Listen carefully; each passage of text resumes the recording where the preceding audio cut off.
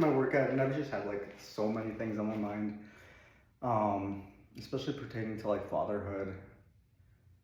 And now I'm about to have another boy. It's just so much responsibility. I have a 2-year-old boy right now. He's the greatest blessing. And for context, I mean, I've always wanted to be a father, like since I was like 10 years old. I was like, I really want to be a dad. It's just seemed like the most fun thing ever. And I'm like so blessed.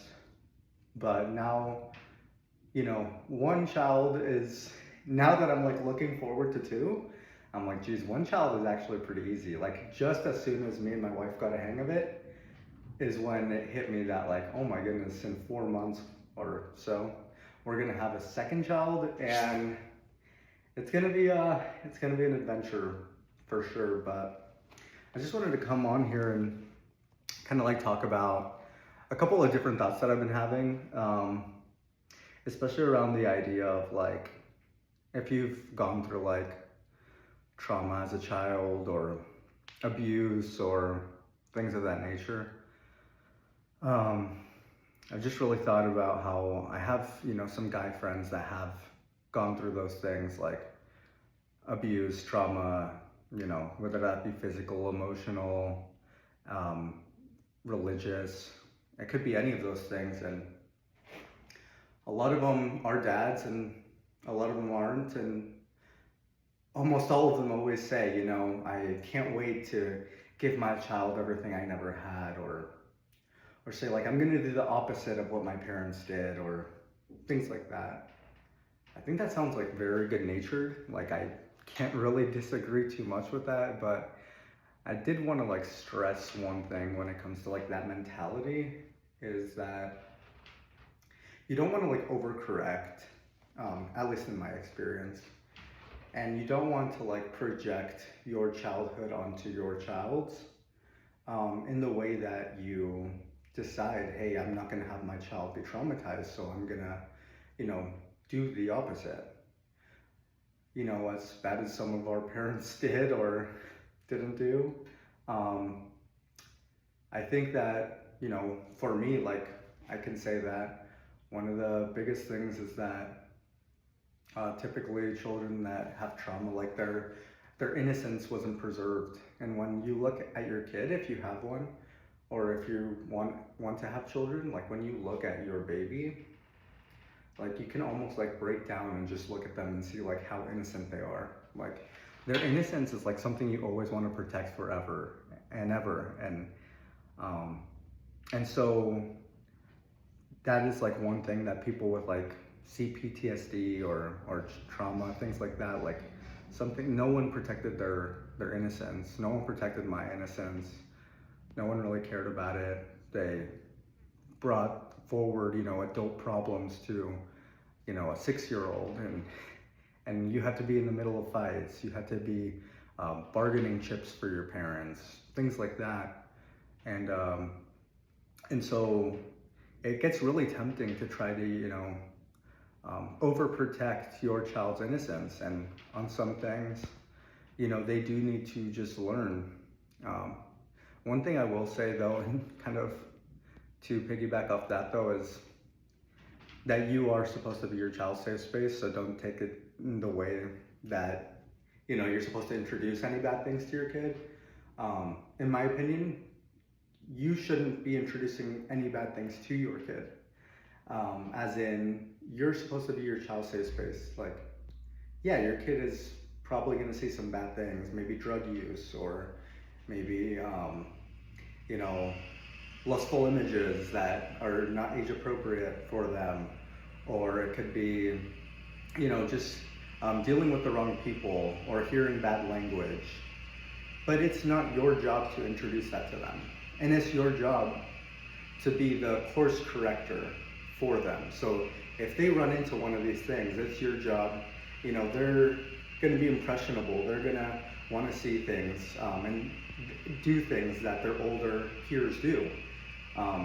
My son, I don't think he has any bad habits. Maybe that's just because I'm his dad and I'm obsessed with him, but he's 2. And maybe I don't see any bad habits because he acts like me and his mother so much because he spends so much time with us. But when you think about it, like he'll hang out with his cousin, or other little kid friends that might have like bad habits, but they're older than him, and he looks at them and he kind of like looks up to them in this like weird way. But he like immediately mimics what they do. You know, he's not a picky eater whatsoever. He'll eat anything. But if it's dinner time and there's another kid, and that kid like all of a sudden doesn't want egg, and my son loves egg, but if that older kid, like let's say they're 3 or 4, and they're like, ew, yucky egg, my son will say, ew, yucky egg, and refuse to eat his egg. And so, you know, it's my job that if he's getting off that path, you know, I gotta steer him straight and say, you know, this is egg. You like egg, first of all. Second of all, it's nutritious, it's healthy, and it's delicious. And so, you know, that's not a trait that I want you to pick up from that person. And it's our job as parents to course correct for our kid. I might be getting off topic because I need to get this workout in. One sec, I'm just gonna do a quick set of 155. I'm like mostly doing a narrow grip bench. So I'm gonna try to be explosive.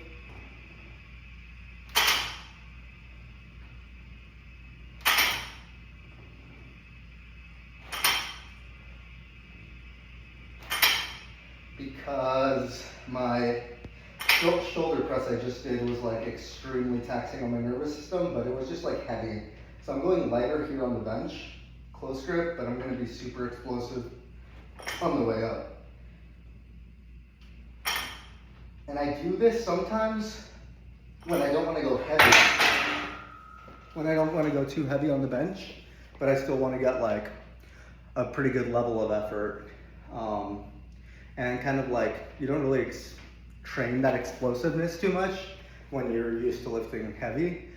Technically, just lifting that heavy amount of weight is explosive, but I don't know, whatever. So, yeah, another thing is like, I used to get in so much trouble for like spilling stuff.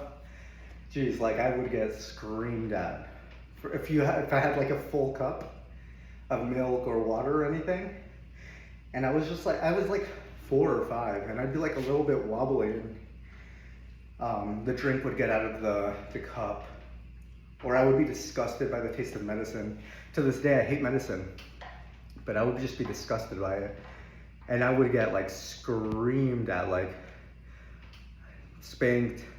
It's just a regular thing, you know, when you're growing up, and like now, when my child drops something, I just get like really overwhelmed. Like, I'm like, okay, it's a huge mess, but I just like can't let it get to me, but it just like triggers me. And so I can't like accept the mess that he makes. Like I can accept that he spilled something, but I need to just like show him how to clean it instead of just like let it go, which is like my inclination because I don't want to yell at him. So I do like the complete opposite, which is nothing, and I just clean it for him. That's the wrong thing to do, and so now I've been teaching him, you know, more responsibility. Like, if you get your clothes dirty from playing outside, let's go ahead, take it off, put it in the washer, you know, and show him how to put stuff in the washer, show him how to change it over to the dryer. He's learning all like this responsibility and stuff, but, you know, I had to learn it all in a very, very like totalitarian dictator type of relationship way. And so it's like been really hard to not overcorrect and not just like do everything for him, which I'm really, really tempted to do. And so like, these are just like some thoughts that I've been having is like, when you have a kid, like you do get to, you know, re-parent a version of yourself. But that's not necessarily like the best way that I've liked to look at it, because they're not you know? Like my son reminds me of me in a lot of different ways, but he also reminds me of my wife. Like and his mannerisms, and then he reminds me of just himself. Like, there's parts of him that I'm like, where did you get that from? Like, you're not acting like me, you're not acting like your mom, you're just like acting like a you, like my son. And I can't describe it, but he needs to be parented in the way that he needs. He doesn't need to be parented in the way that I wish I was parented. He just needs to be parented in the way that he needs, which is the way that basically every kid needs, with some modifications to his personality, which is just leading with love, respecting him, understanding that he has boundaries, but understanding that I'm his dad. And there are some boundaries that he might establish that he thinks are appropriate that are not appropriate. For example, if he says, my boundary is that I don't like to be, or that I'm not gonna remove myself from situations that I know stress me out, or that's a bad example. Well, the thing is that he doesn't know when he's, getting all antsy or like riled up. He just accepts it and like stays in that position and like will fight back as hard as he can. There are like things that I know that about him more than he knows about himself right now, and like those are like the type of boundaries. I'd have to make like a more detailed video on that to really get into it, but like, yeah, there are certain things that he might not like that I have to do and that I just have to do. Maybe I have to bathe him. He doesn't want to bathe. Then I come up with a creative way to make it fun for him, bathe the dog at the same time, or bathe his action figures, and then he wants to get in, stuff like that. But at the end of the day, there's like so many creative new things that I've learned, so many things that I've learned about like my childhood that I'm like, I don't have to do the opposite of that. I just have to like lead with my paternal instinct of like loving him, disciplining him, showing him the way, and being kind to him, having that relationship of father-son. Not to get too religious, but when I think about after the new covenant with after Jesus Christ came and was crucified and resurrected, since then it's I feel like that relationship with God and ourselves, like, we're not treated in the way that we should be necessarily. Like, there's a saying that says something like, you don't want God to be just because you would immediately be the first one that's like burned or something. It's not exactly like that, but basically, like, if you don't believe in God, like, you don't want the universe to have karma, because since literally none of us are perfect and we've all done wrong, like, you don't want that justice that the universe would have for you, because imagine, like, I've thought tons of bad thoughts about people before. Do I want like the karma of, the equal and opposite karma directed back at me? Of course not. And so, like, if you view it as the universe or you view it as God, like, do I want God to like punish me with my own shortcomings? Of course not. And that's why, we have the redemption. That's why we're able to be forgiven. And I think, like, that's kind of the same relationship that we should try to have with our kids. Is like, yeah, they make errors, they got off the right path. It's our job to guide them. It's our job to keep them on the path. And at the same time, understand that they make mistakes. They were created to learn through mistakes. Ultimately, now I'm just yapping. I don't really like that I just use the word yapping because I'm 30. It's kind of weird.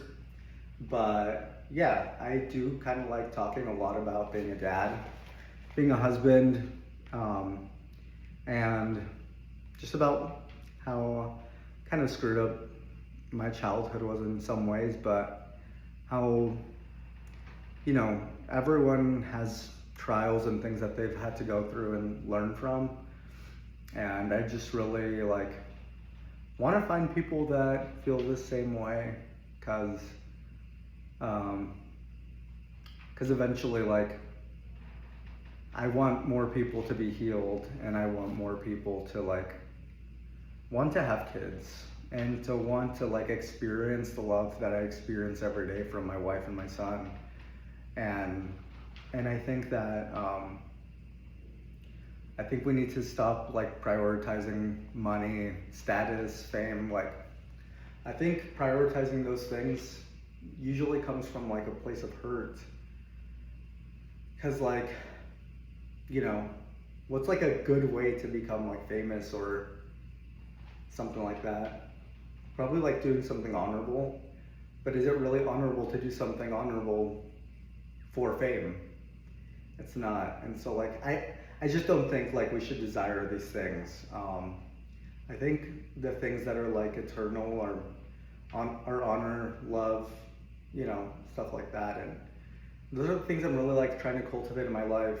I haven't really had any desire for like these material things, but I just know like that there's true peace in God, true peace in family and friends, and like just love in all aspects. So kind of change topics, but that's just like kind of the community I want to be a part of. Like, I'm not trying to start a massive YouTube channel or anything. I just want to like find more people that might be inspired by some message that I might have, and that's it.